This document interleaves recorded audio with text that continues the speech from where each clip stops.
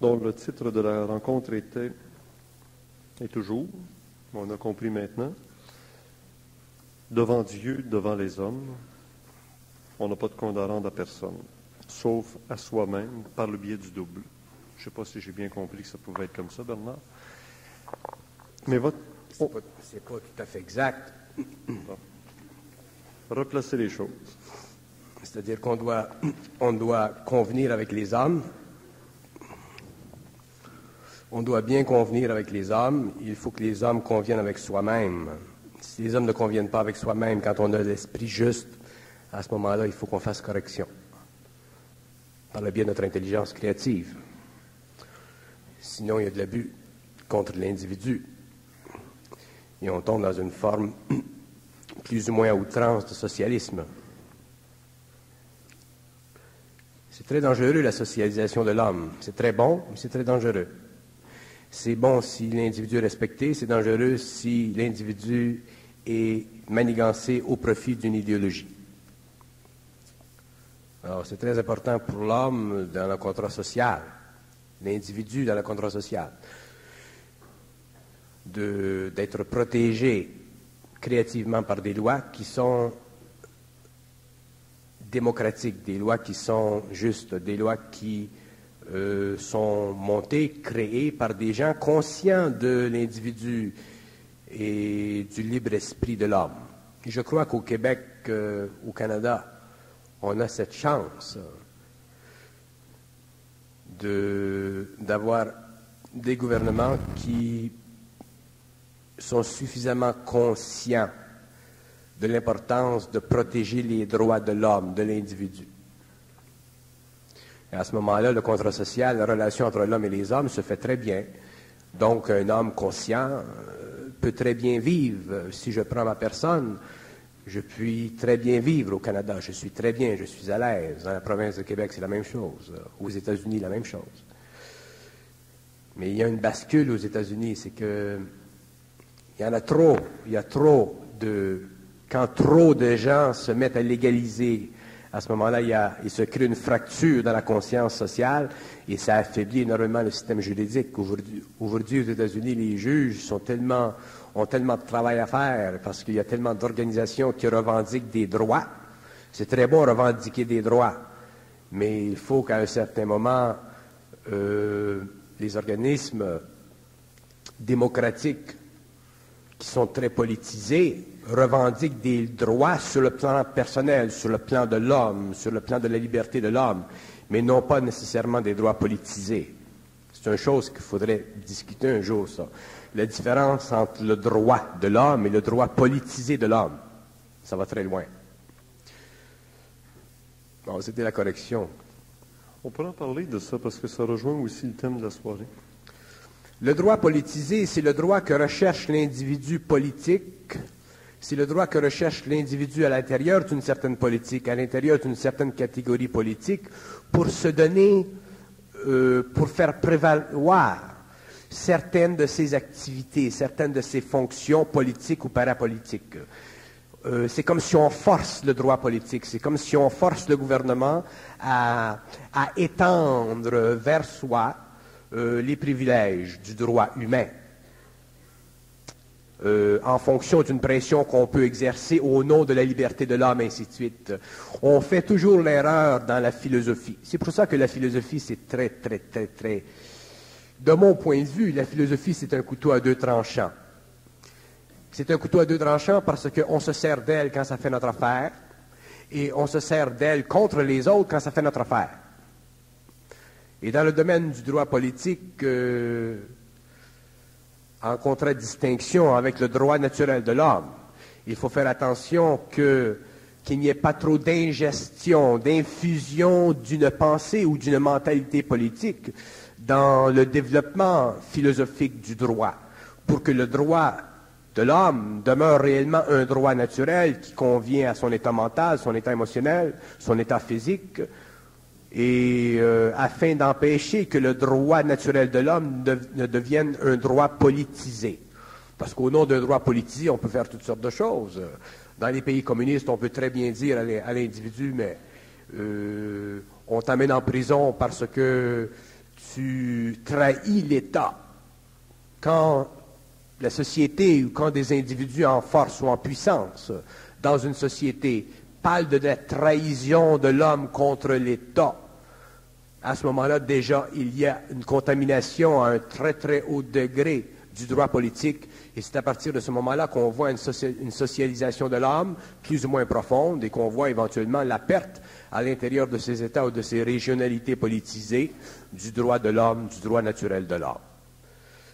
Mais nous ne sommes pas à ce stage encore au Canada, malgré qu'il y a des factions, il y a toujours des factions qui ont tendance à générer une sorte d'astralité, une sorte d'imagination politique, parce qu'eux-mêmes sont très fervents de la politique ou eux-mêmes sont très rigides dans leur point de vue politique.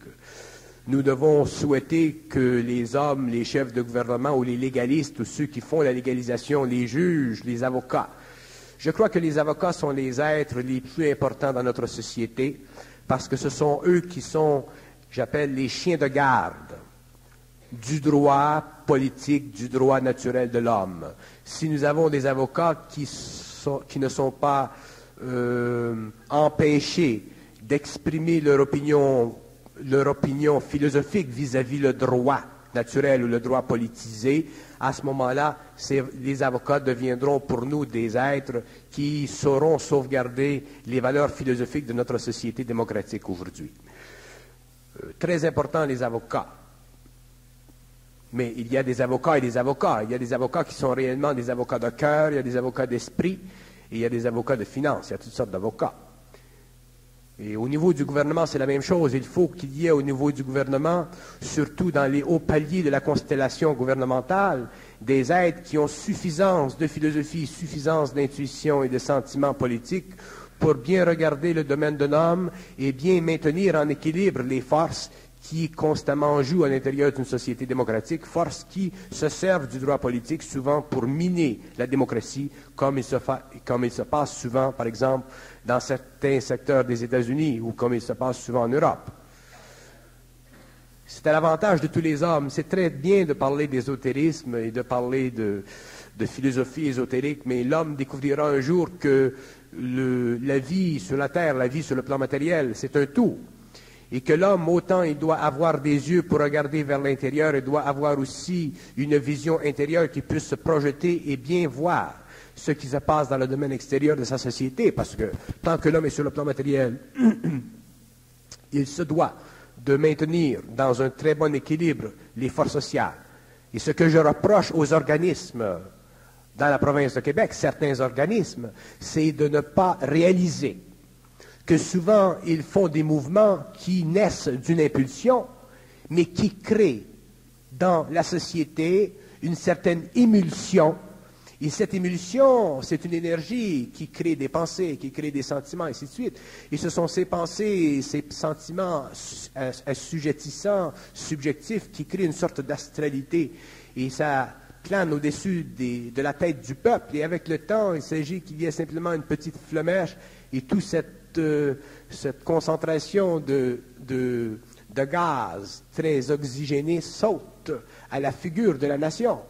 Les gens qui sont en charge des organismes dans la province de Québec, ceux qui ont une fonction politique, doivent être des gens qui sont humbles dans leur poste. S'ils ne sont pas humbles dans leur poste, autrement dit, s'ils n'ont pas l'esprit de leur intelligence, mais s'ils ont simplement de l'intelligence ou de l'intellect, ils perdront contact entre leur fonction politique qui doit être créative et ne feront qu'exercer un droit politique qui, avec le temps, durcira les artères de la machinerie politique et qui rendra les mains ou les têtes même de ceux qui doivent prendre des décisions absolument immobiles. On ne peut pas se permettre dans une société d'élire des chefs et de leur lier les mains et de leur lier la tête. Il faut que ces gens-là aient une certaine liberté d'action. Ils ont déjà à l'intérieur du programme démocratique qui est établi depuis de nombreuses générations la capacité de travailler la fonction, de travailler pendant 4 années, ainsi de suite. Donc, à ce moment-là, si les hommes n'aiment pas une certaine partie politique, ils peuvent s'en défaire, ainsi de suite, à l'amiable. mais que les hommes apprennent à réaliser qu'ils ne peuvent pas constamment lier la main des chefs politiques ou la main des chefs ou des hommes qui sont dans une position de maîtrise et qui sont obligés de prendre des décisions et qui sont obligés de prendre des décisions en fonction d'informations qui souvent n'est pas totale. Souvent, ces hommes ont grand cœur ou grand esprit, mais n'ont pas suffisamment d'intelligence profonde pour réellement voir des problèmes d'une façon globale. Il y a contre ces hommes d'immenses pressions. Donc, l'homme de la rue, l'homme qui élit ces hommes, doit respecter leur mandat. Nous devons respecter le mandat des gens politiques. Et si un jour nous cessons de respecter le mandat de ces gens politiques, puisque nous vivons dans une démocratie, nous instaurerons une forme politique affaiblie qui ensuite deviendra une forme politique de plus en plus socialisante, de plus en plus pénétrable par des forces dont les intérêts sont antidémocratiques, des forces qui viennent de l'extérieur, ainsi de suite. Si nous avons des hommes, des chefs de file qui ont ou qui semblent avoir une grande tête ou une forte tête, nous devons réaliser pourquoi ils ont une forte tête, pourquoi ils ont une tête qui semble avoir la capacité de se tenir contre les influx extérieurs. Nous devons leur donner crédit à ces hommes. Je parle par exemple du maire Drapeau, je parle du premier ministre du Canada, Trudeau. Ce sont des hommes qui sont absolument extraordinaires. Ils ont une valeur, ces hommes, et nous devons respecter ces hommes. Et si nous ne respectons pas ces hommes, nous aurons d'autres hommes, parce que le processus politique, il continue. Mais nous aurons d'autres hommes qui seront moindres qu'eux et qui auront une vision plus courte, à court terme que ces hommes, et automatiquement nous nous retrouverons dans des draps qui souvent ne seront pas aussi roses que nous aurions voulu espérer. Il y va de la province, de l'intention et de l'affection du peuple québécois pour l'organisation gouvernementale, de respecter la psychologie du légalisme québécois et de faire des efforts pour le corriger, pour le perfectionner, mais de soutenir ceux que nous reconnaissons en tant que masse, qui dénotent un certain charisme, ceux qui dénotent une certaine chefferie, ceux qui dénotent une certaine intelligence particulière. Ces gens-là ne sont pas des saints, ces gens-là ne sont pas des initiés, ces gens-là ne sont pas des êtres venus d'ailleurs. Ces gens-là ont des faiblesses, c'est normal. Mais nous devons, avec notre intelligence et notre intuition, regarder ce qu'ils font, essayer par les mécanismes que nous instaurons politiquement de corriger les imperfections de leur vision, mais de ne pas leur lier les mains et ne pas leur mettre par-dessus la tête un casque qui leur empêche de voir avec la vision qui est déjà un peu et très souvent diminuée à cause des pressions extérieures. Nous nous faisons mal en tant que peuple. Et un individu qui ne réalise pas l'importance de la psychologie de son peuple n'est pas capable de réaliser l'importance de la psychologie individuelle et collective. Un individu est bien dans une société lorsqu'il est bien dans sa société. Et quand je parle d'un individu, je parle de même un individu conscient. Un homme, tant qu'il est soumis aux lois de la matière, n'est pas capable de vivre dans une société oppressante, n'est pas capable de vivre trop longtemps dans une société où il n'y a plus d'ordre, d'harmonie, où il n'y a plus de possibilité de créer une corrélation entre les différents facteurs qui permettent à cette société de vivre et de respirer. Il y a trop de petits chefs indiens dans notre province.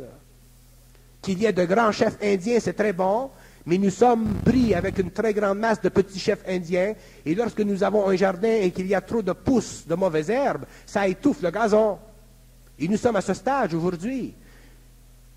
Et aussitôt que nous avons moindrement une facilité de parole, moindrement une qualité d'orateur, ou moindrement une capacité, à cause de notre personnalité, de créer un cercle ou de créer une sorte de plaidoirie vis-à-vis des individus qui nous regardent avec des yeux un peu ébahis, nous créons un centre de force et il y a de plus en plus de centres de force dans la province de Québec. Et il y en a un peu trop. Il y en a un peu trop de centres de force. Il y a 3 régions dans la province de Québec qui doivent être maintenues en équilibre. Il y a le gouvernement, il y a les unions et il y a les chefs du capital financier, les commerçants. Et ces hommes, le gouvernement doit former une hiérarchie, les unions doivent former une hiérarchie unifiée, et les commerçants doivent aussi former une hiérarchie unifiée. Donc, avec la hiérarchie unifiée des commerçants, celle des unions, qui mettent en check et qui éprouvent sur un plan de dialectique parlementaire un gouvernement, à ce moment-là, il y a un équilibre, il y a trois forces. Et là où il y a trois forces dans un système, c'est très bon. Mais il ne faut pas que les forces en opposition, dont le capital et l'idéologique, essaient, de par leur manigance, d'empêcher le gouvernement de rentrer dans sa fonction synthétique, c'est-à-dire de donner au capital ce qu'il doit et de donner à l'union ce qu'il veut. Il faut qu'il y ait un équilibre. Donc ce n'est pas à l'union de bander les yeux du gouvernement et ce n'est pas au capital d'empêcher le gouvernement d'œuvrer. C'est à ces deux forces-là qui font partie du peuple de travailler ensemble pour chercher un équilibre qui puisse être retransmis au gouvernement afin que lui puisse œuvrer. Parce que la fonction du gouvernement, ce n'est pas de travailler, c'est d'œuvrer. La fonction des syndicats, c'est de travailler. La fonction du capitaliste, c'est de travailler. Mais la fonction du gouvernement, c'est d'œuvrer, c'est-à-dire d'imposer une discipline créative pour l'intérêt de tous ceux qui font partie à la fois du capital et de l'unionisme. Nous devons arriver dans la province de Québec à développer une maturité. Nous devons arriver à avoir une conscience qui n'est plus simplement une conscience bilatérale, mais qui est une conscience triangulaire. Une conscience qui prend tout en relation. Le gouvernemental, l'unionisme et le capital. Et lorsque nous aurons suffisamment fait ça, et c'est ce qui a permis aux États-Unis de se relever de la récession, nous pourrons continuer à progresser et à instaurer de nouveaux programmes d'évolution politique, de nouveaux programmes d'évolution et d'inspection au niveau de l'unionisme et des nouveaux programmes de diffusion et de réorganisation au niveau du capital.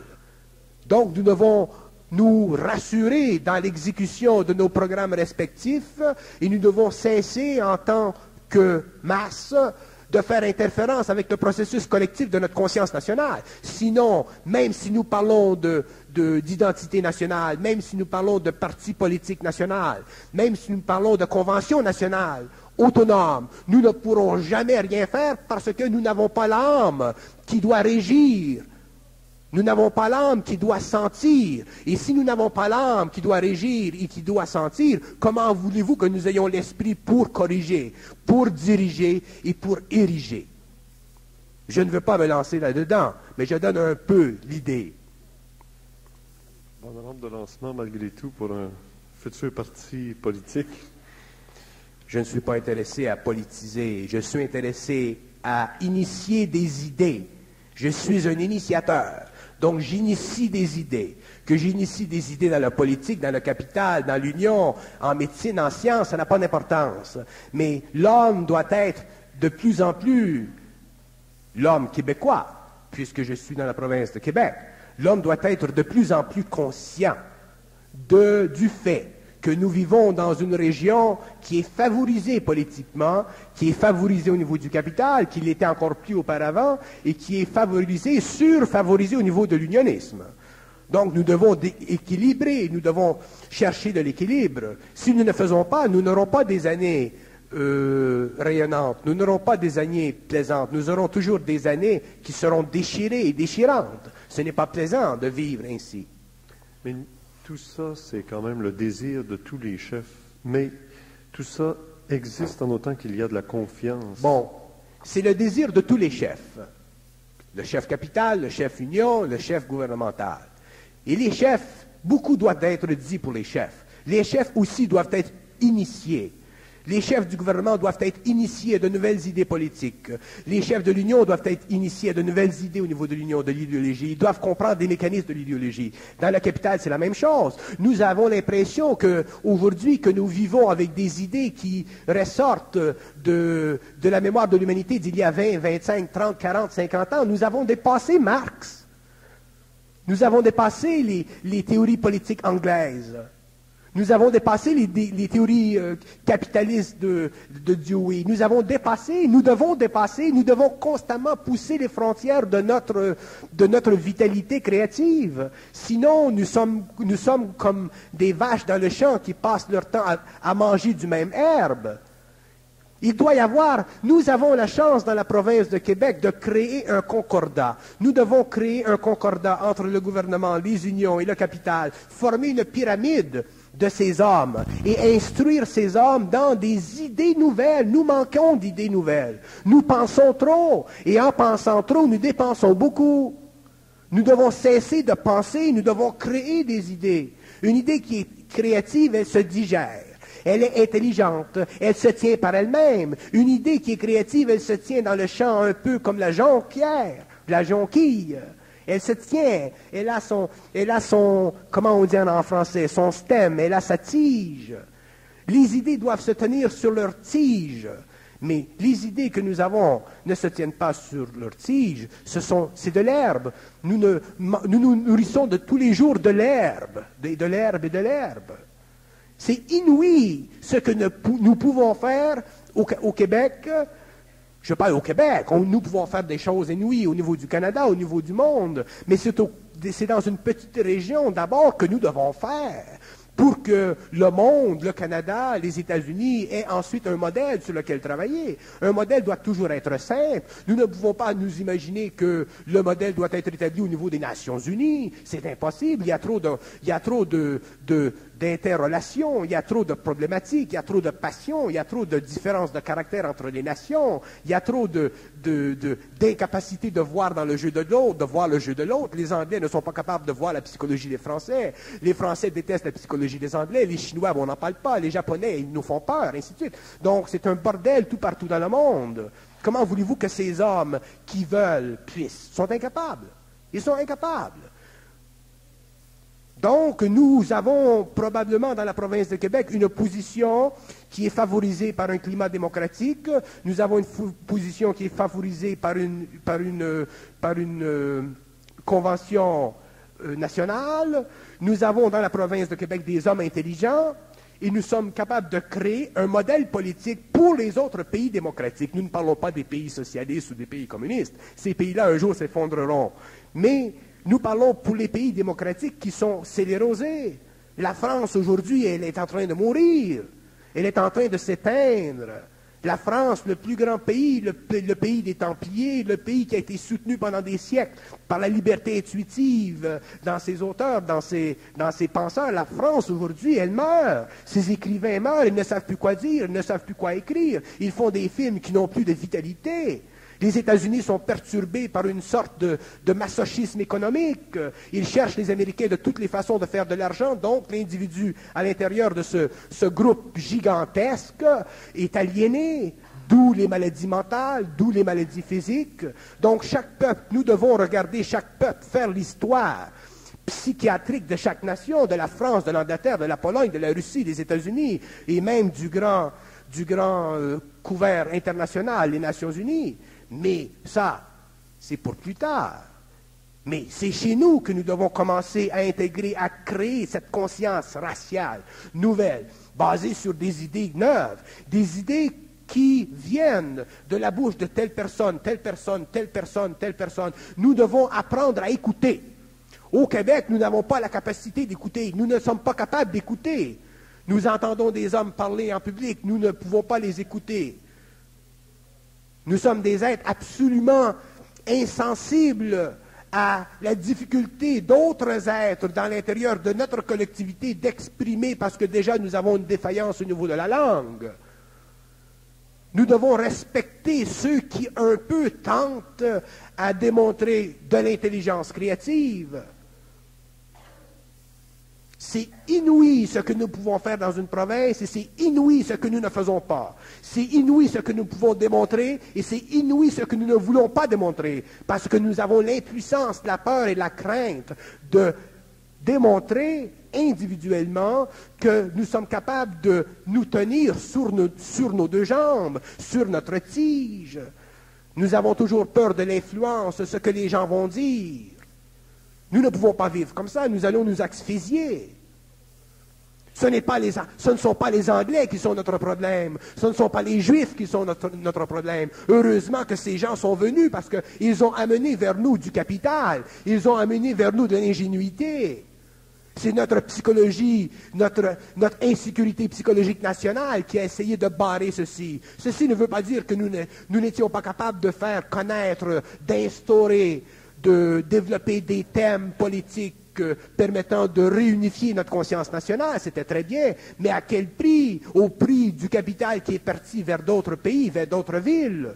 Nous avons mal fait ce que nous devions faire. Et pourquoi nous avons mal fait ce que nous devions faire? Parce que nous l'avons fait d'une façon rapide. Nous étions excités. Nous avions 4 années pour mettre en place un bloc politique. La politique, ça ne se crée pas pendant 4 années. La politique, c'est comme du gazon. Il faut semer et semer. Mais il faut toujours semer de bonnes graines. Je ne veux pas parler de politique.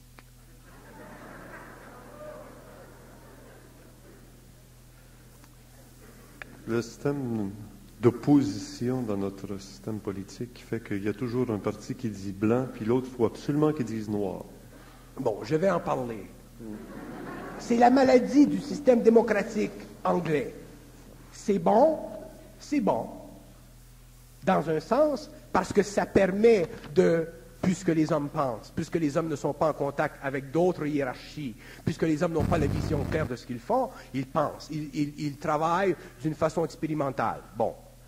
Alors, s'il y a faiblesse, l'autre le démontre. Mais le démontrer avec gentillesse, que les politiciens, que les hommes politiques se parlent avec gentillesse, que les hommes politiques fassent venir les films de la politique parlementaire européenne et qu'on écoute ce qui se passe en France dans les années 50, dans les années 40, dans les années 30.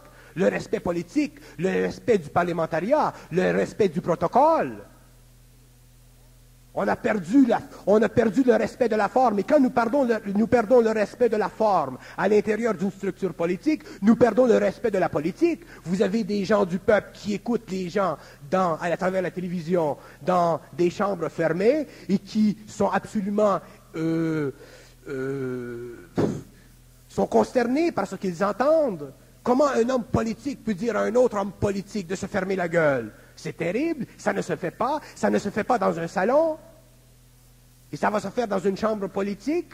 Les hommes politiques doivent aller au confessionnal, ils doivent aller au confessionnal de leur esprit, ils doivent regarder ce qu'ils ont fait, ils doivent regarder ce qu'ils ont défait et essayer de reconstruire, redonner de la nobilité à la chambre parlementaire. Il faut que les hommes politiques soient retrempés dans l'esprit politique. Sinon, dans quelques années, nous n'aurons plus rien, ce sera simplement un cirque. Nous devons respecter le monde politique, c'est l'esprit d'un peuple. La politique, c'est l'esprit d'un peuple. Mais si l'homme de la rue ne peut pas respecter l'esprit de son peuple, comment voulez-vous que l'homme de la rue respecte son propre esprit? Mais la confiance derrière tout ça est essentielle. La confiance, elle naît du pouvoir créatif de l'individu. Un homme qui est dans son intelligence créative, un peuple qui a été bien éduqué, un peuple qui a une confiance interne est automatiquement confiant. Moi, je rencontre des gens dans le monde à tous les niveaux. Je rencontre des gens qui me rencontrent pour la première fois. Je discute politique, je ne discute pas politique, je ne discute jamais politique, mais je parle politique avec eux.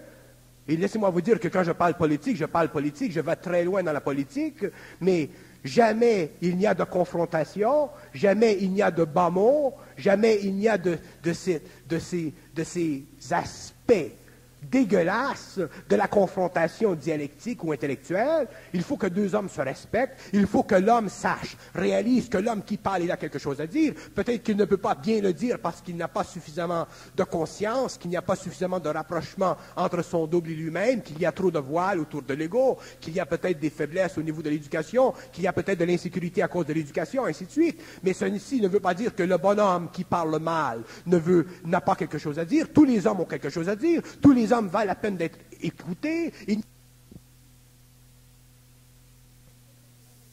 Nous sommes tellement orgueilleux que nous ne sommes pas capables de voir que le petit homme qui parle mal, qui n'a pas le beau vocabulaire, qui n'a pas la capacité d'engendrer des formes avec une grande facilité comme soi, que cet homme-là ne vaut pas la peine d'être écouté.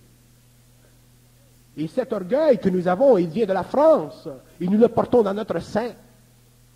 Mais la France peut se permettre d'être orgueilleuse. Parce que la France, elle, bien qu'elle ait un jardin fleuri, elle a au moins des jardiniers pour en prendre soin. Mais nous, il y a des hommes, il y a des gens qui aujourd'hui font un effort sur le plan de la communication publique, de rendre conscients les gens de bien s'adresser, de parler convenablement, de ne pas parler à la française. La France, elle est à 3000 milles d'ici. Mais de parler avec leur esprit, avec leur cœur. Il y a des gens à la télévision. Il y a ce monsieur Charbot Bergeron, ce bonhomme extraordinaire qui ne vieillit pas. Je le regarde à la télé, il est le même qu'il était depuis des années quand j'étais petit garçon. Il y en a plusieurs. Nous devons réaliser que le respect de la conscience nationale, il est inscrit sur la plaque de notre langage. Donc, les jeunes qui n'ont pas d'expérience psychologique, qui n'ont pas d'expérience politique, qui n'ont pas l'expérience de l'histoire, qui ne voient pas plus loin que leur rock'n'roll ou de leur drogue, ces jeunes qui se permettent de défigurer le langage ne réalisent pas que demain, ils n'auront plus de langage avec lequel parler. Donc, mais ceci, ça fait partie de l'éducation, ça fait partie des éducateurs, ça fait partie des parents, et ainsi de suite. J'entends des jeunes qui disent à leur père ou à leur mère, « Hey, Pauline, viens ici, câlisse. » Vous vous imaginez la vibration?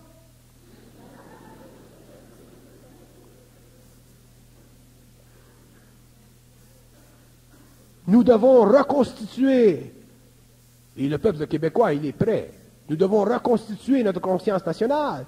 Nous devons réapprendre à nous retrouver, à nous revoir. Nous devons réapprendre à écouter. Nous devons réapprendre à respecter ceux qui parlent, même s'ils parlent fort ou même s'ils parlent ou s'ils semblent être autoritaires. Qu'est-ce que Drapeau aurait fait s'il n'avait pas eu ce dogmatisme, cette autorité? Il n'aurait rien fait. Aucun homme politique peut faire quelque chose s'il ne fonce pas par lui-même. Trudeau, s'il n'avait pas sa tête de cochon, n'aurait pas fait ce qu'il a fait. Un homme doit avoir de la tête. Il doit avoir de la tête parce que dans la tête, il y a de l'esprit. Mais s'il n'a pas de la tête, comment voulez-vous qu'il exerce son esprit?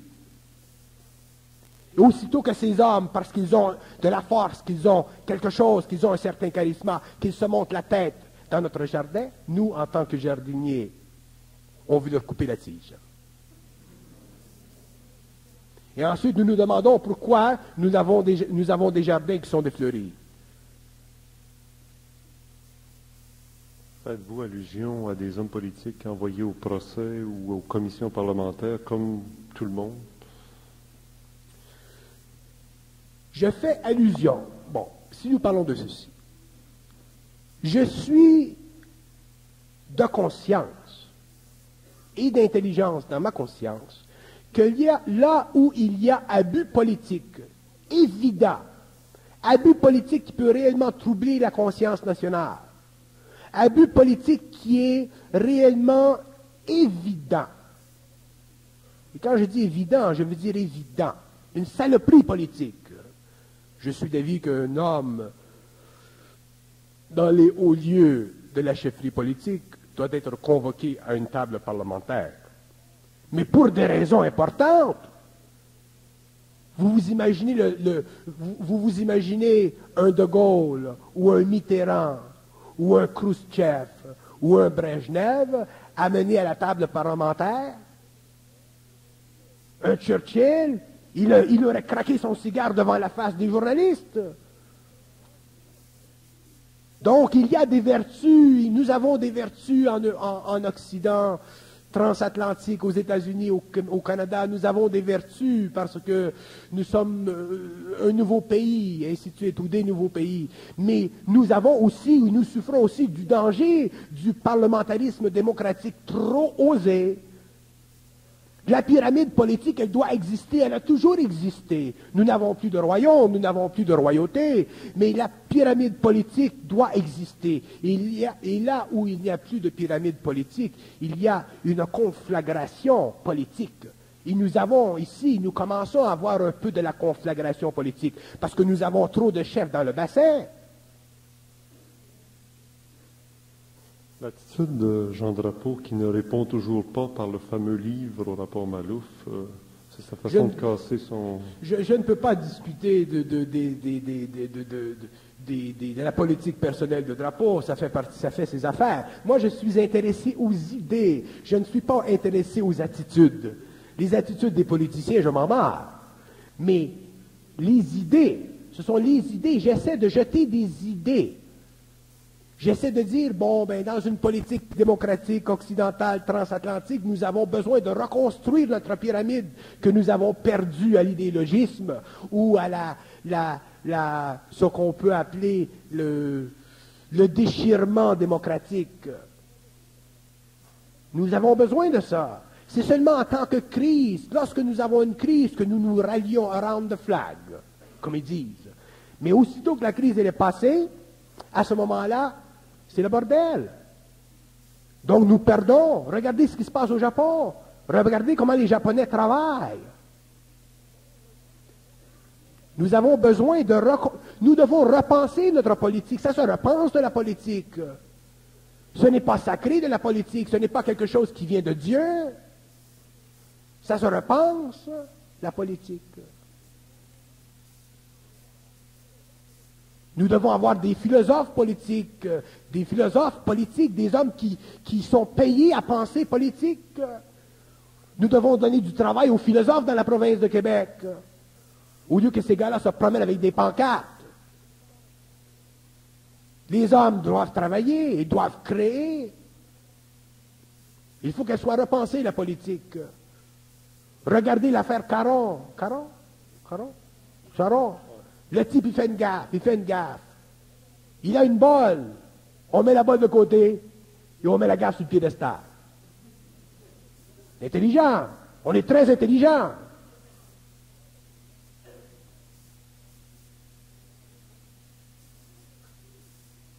Il faut de l'esprit. Si les hommes savaient comment fonctionne l'homme, si les hommes réalisaient, peut-être même ce type, s'il réalisait qu'il a été poussé à faire ça pour créer dans la province un choc national, si les hommes réalisaient qu'ils sont manipulés parce qu'ils n'ont pas suffisamment de centricité, les autres hommes qui regarderaient la manipulation seraient peut-être moins durs dans leur jugement. Nous ne pouvons pas nous permettre, en Russie, ils l'ont fait, aussitôt que quelqu'un fait pas l'affaire, whoop, en Sibérie, au Goulag.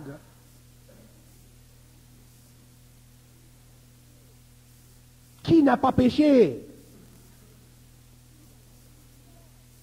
Qui n'a pas taché ses culottes?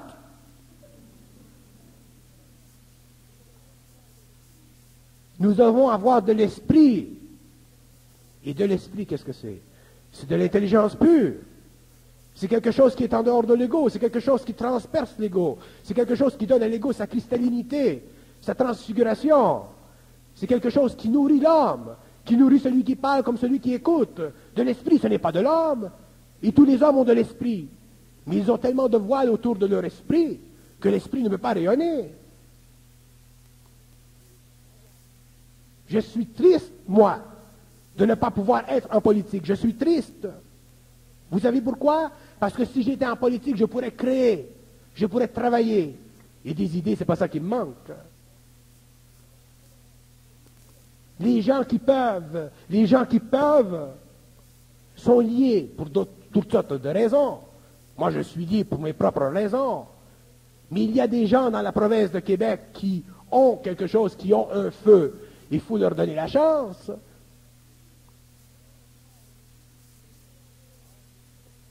Les Français, les Anglais, même les Américains ont eu leurs penseurs. Ils ont eu des penseurs. Mais dans la province de Québec, nous n'avons presque pas de penseurs. Nous sommes obligés d'aller aux États-Unis pour penser. Nous sommes obligés d'aller en Angleterre, en France, en Russie pour penser. C'est ignoble. C'est ignoble. Il n'y a pas simplement Maria Chapdelaine.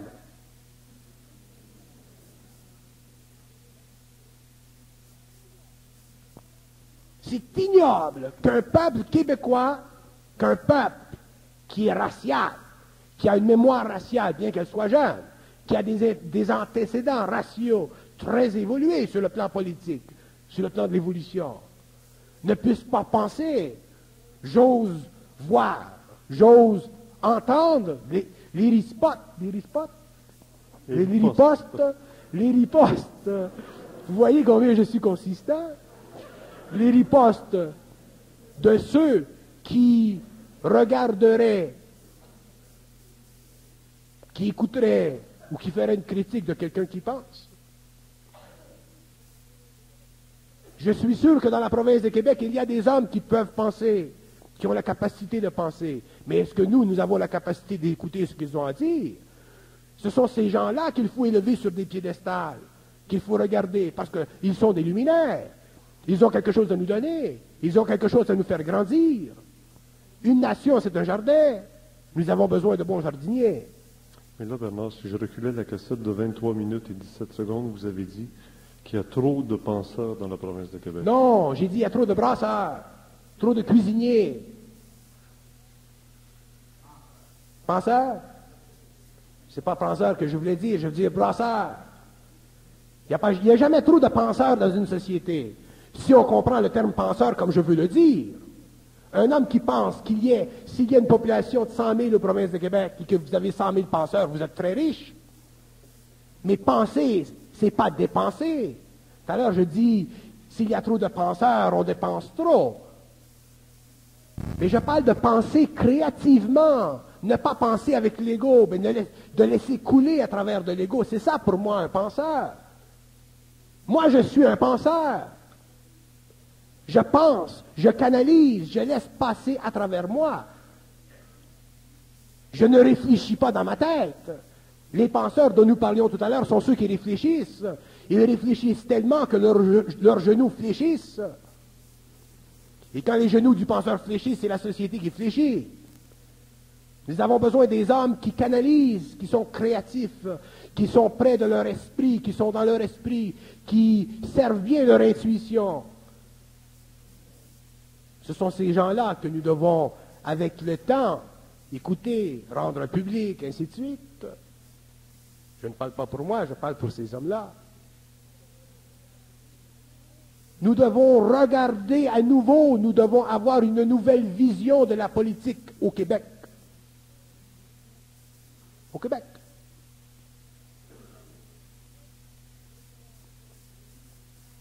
Nous sommes consternés par notre mémoire. Nous sommes diminués par notre mémoire. Nous n'avons pas confiance, nous n'avons pas la confiance de savoir que nous pouvons instaurer quelque chose de neuf. Nous avons des grandes dames. Comment elle s'appelle, cette dame à la télévision, là, qui a fait le travail dans les unions, pas des unions, mais dans les assurances, les paillettes, et ainsi de suite. Alors, nous avons de temps en temps. Il y en a d'autres. Toutes ces personnes, c'est normal que l'homme a des failles, et ainsi de suite. Mais ces personnes, il faut les lancer. Il faut les lancer, ces gens. Il faut les utiliser créativement, ces gens. Il faut leur faciliter la voie. Ensuite, nous avons un parlementarisme riche, puissant, à forte poitrine, à grande voix et à bel esprit.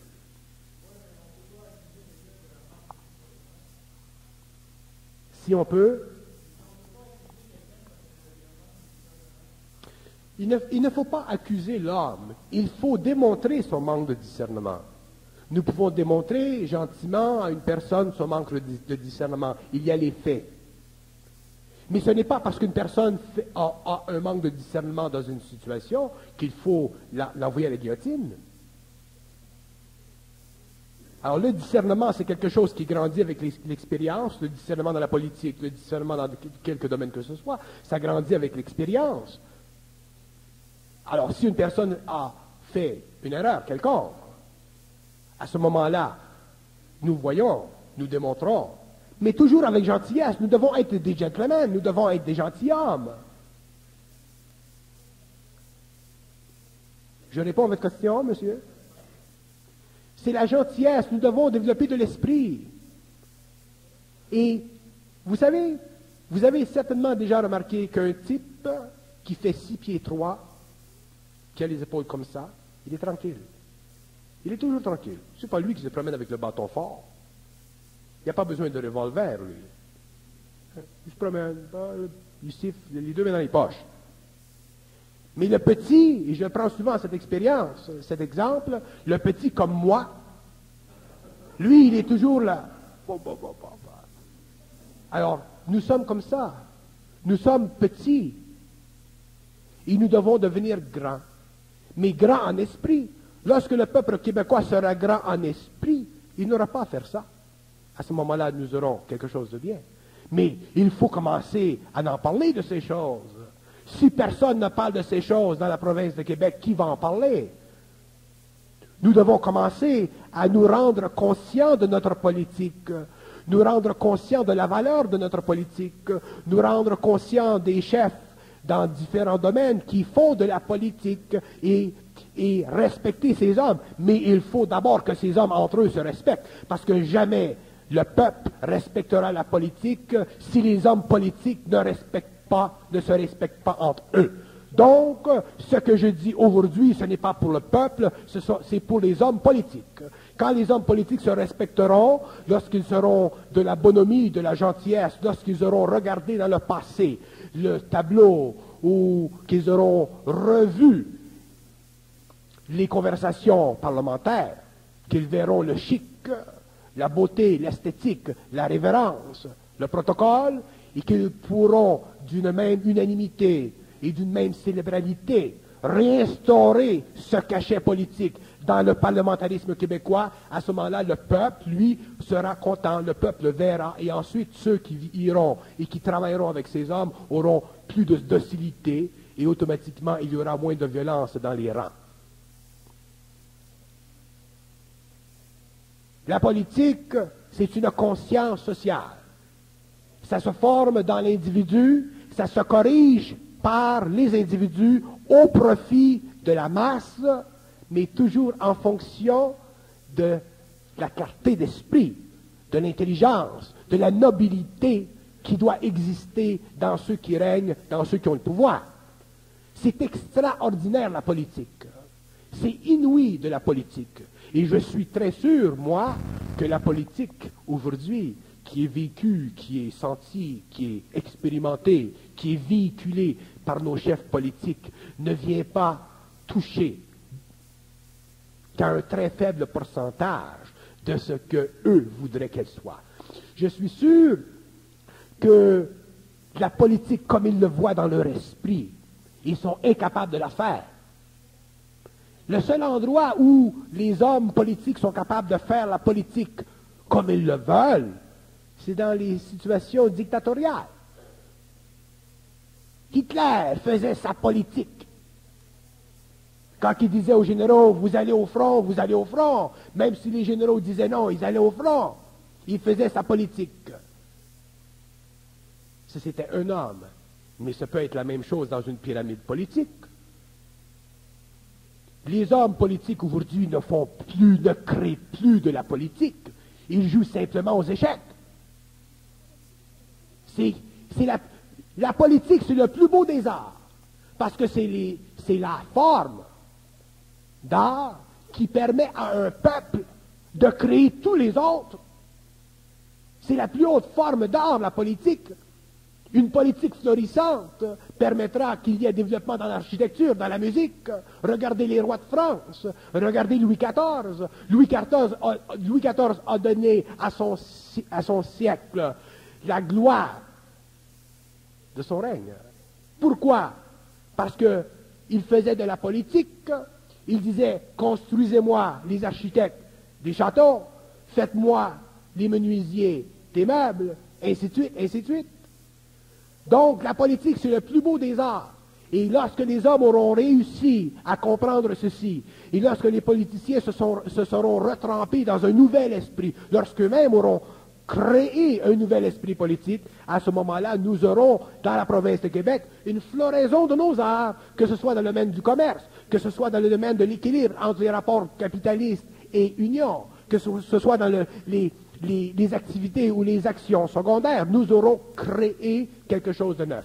Mais tant que les politiciens n'auront pas l'esprit politique, l'esprit glorieux de la politique dont rêvait Platon dans sa République, mais plus loin que ça encore, parce que Platon ne voyait qu'à l'intérieur d'une conscience politique grecque.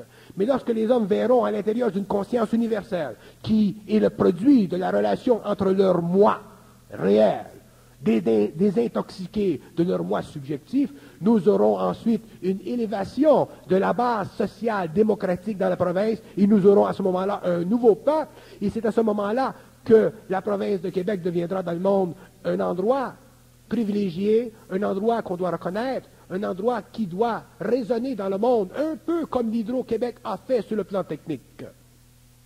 Mais il faut qu'il y ait une élévation de la base. Mais Bernard, si on se plaçait aux yeux du peuple, vous nous avez parlé beaucoup aux yeux des politiciens, mais le peuple exige la justice et bien souvent il confond justice et égalité, même chose pour tout le monde. Pyramide aplatie, encore une fois. Écoutez, le peuple est un corps sans tête. Le peuple est un corps sans tête. Le peuple est simplement une âme. Il y a un peuple, c'est une entité collective, grégaire, qui est manipulable. Donc, dans un peuple, il n'y a pas de conscience dirigeante. Donc, le peuple doit être élevé à la conscience collective par une tête qui est le gouvernement. Donnez à un peuple un bon gouvernement, vous aurez un grand peuple. Éliminez d'un peuple ou créez à l'intérieur d'un gouvernement des fosses, des failles, vous aurez un peuple affaibli. Le peuple, il est grégaire. Les démagogues l'ont su, Hitler le savait, Franco le savait, tous ceux qui ont parlé, Péron l'a connu, il y a sa femme Péron Evita, c'était la même chose. Un peuple est simplement l'âme de la conscience nationale. C'est au niveau individuel qu'un peuple se réalise, et pour que le peuple se réalise au niveau individuel, il faut que la conscience de l'individu soit totalement respectée. Maintenant, pour revenir à ce que vous disiez, la conscience de l'individu, elle est respectée si le gouvernement respecte. Donc, quand vous parlez de justice, si l'individu dans la masse sent que le juge respecte, que l'avocat interprète bien la jurisprudence pour le juge, si le type dans la masse réalise qu'il y a une convocation cérébrale créative au niveau de ceux qui dirigent la chefferie politique, à ce moment-là, le peuple se sent bien. Il ne se sent pas sur l'épine, mais il ne faut pas faire l'erreur. Et c'est ça le point que je veux faire. Il ne faut pas faire l'erreur de prendre le peuple en otage sur le plan de jugement et sur le plan du tribunal. Ce n'est pas le peuple qui juge, ce sont les individus qui ont une certaine capacité de manigancer le peuple, qui lancent dans le peuple des idiomes ou des maximes ou des idées ou des impulsions ou des impressions et qui rallient le peuple pour une activité ou pour un intérêt politique qui leur convient. Je donne un exemple. Non, je ne donnerai pas cet exemple parce qu'il est trop près. Mais c'est ce que je veux dire. Je veux dire que le peuple, il est toujours assujetti à une influence quelconque. Toujours. Parce que c'est une théorie psychologique, psychanalytique, psychopolitique très dangereuse, l'idée du peuple. Il y a ici 5 à 600 personnes. On ne peut pas dire que c'est un peuple, que c'est une masse. Ce sont des individus. Et ces individus, le rapport de cette masse avec moi est un rapport totalement individuel. Je parle pour cette personne, pour cette personne, pour cette personne, pour cette personne, pour cette personne, pour cette personne. Et toutes ces personnes ensemble créent une conscience collective qu'on appelle un peuple. Alors si moi, je fais partie d'une chefferie politique, je suis politicien, je fais partie d'un gouvernement, la relation entre moi et le peuple, c'est la même chose, ça.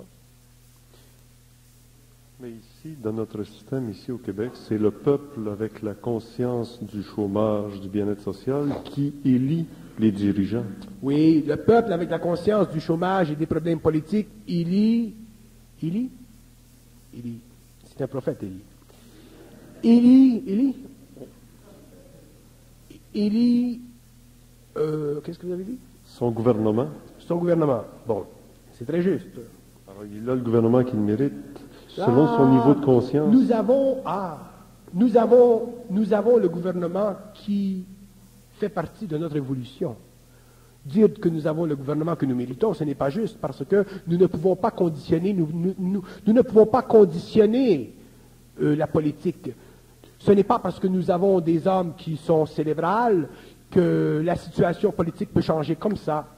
Ce n'est pas parce que nous avons une tête forte en chefferie qu'il va pouvoir changer les choses comme ça. Les événements politiques sont des événements cycliques. Ça peut prendre 3, 4, 5, 6, 7, 8 ans avant de changer le climat politique. D'ailleurs, ce qui se passe dans la politique économique québécoise ou canadienne, c'est pas notre faute. C'est pas la faute de la politique québécoise. Ce n'est même pas la faute de la politique fédérale. C'est très ésotérique, la finance. C'est très ésotérique, la finance. Regardez ce qui s'est passé en 60 quelques avec le mouvement contre le pétrole. C'est très ésotérique, la finance. Et je suis suffisamment près de certaines personnes pour en discuter d'une façon suffisamment profonde pour jeter de la clarté sur l'illusion que nous avons que la finance fait partie de notre incapacité créative. Les finances, la situation économique fait partie des conjonctions planétaires qui s'imposent à l'homme parce que l'homme n'est pas suffisamment dans son esprit. Si la planète aujourd'hui devenait consciente instantanément, il n'y aurait plus de travail sur la Terre à faire. L'homme ne travaillerait plus. Donc, ça fait partie de la conscience évolutive de l'homme. C'est pour ça que je dis, c'est sur le plan individuel qu'il faut comprendre l'économie. Moi, je fais des séminaires et j'essaie d'expliquer aux gens dans les séminaires comment se comporter dans n'importe quelle situation de vie planétaire, soit à l'intérieur d'un chaos économique ou soit à l'intérieur d'une situation plus rosée économiquement. Pour que si l'homme est créatif, si l'homme est dans son intelligence créative, s'il est conscient, il sera amené à comprendre sa relation avec le social d'une façon différente. Le problème de l'homme d'aujourd'hui dans tous les pays du monde, c'est que l'individu est prisonnier de la conscience collective. Et ça, c'est dangereux. Parce que quand un individu est prisonnier de la conscience collective, il est affecté par le cyclisme collectif. Tandis qu'un individu qui est conscient n'est pas affecté par la condition collective. Il n'est pas affecté par les situations cycliques. Il sait que ça va mal, mais il a suffisamment d'intelligence créative pour aller au-delà d'eux et se reconstruire une situation de vie qui saura le bénéficier à long terme parce qu'il ne sera plus bloqué émotivement par un conditionnement psychologique issu de la société. Je donne un exemple, parce que les exemples sont plus faciles. Vous prenez, par exemple, un type qui se spécialise dans la machinerie. Il travaille depuis 10 années, 15 années dans la machinerie, sur la même machine, et il vit dans un petit secteur de travail, une petite région. L'usine ferme. Ce type-là devrait être capable de travailler à une pompe d'essence pendant quelques temps avant de se trouver un autre job. Il devrait être capable de travailler dans un garage. Il a la vibration de la mécanicité. Non, il est toqué à se retrouver une job. Il va attendre 1 an, 2 ans que le plan recommence ou qu'il se produise quelque chose, que les unions fassent sortir un lapin du chapeau. Un homme devrait avoir au moins 3 jobs. S'il y en a une qui fait mal, il en prend un autre. Et s'il y en a un autre qui fait mal, il en prend un autre. Mais il y a des hommes qui ont une job depuis 40 ans et tout à coup, là, ça saute et là, ils sont perdus. C'est ça de l'intelligence créative. Je vais vous dire quelque chose. Moi, je suis un homme de très grande éducation. Je suis un universitaire.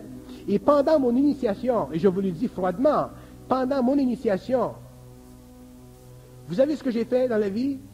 J'ai fait du taxi. J'ai lavé la vaisselle parce que je devais le faire. J'ai rencontré des gens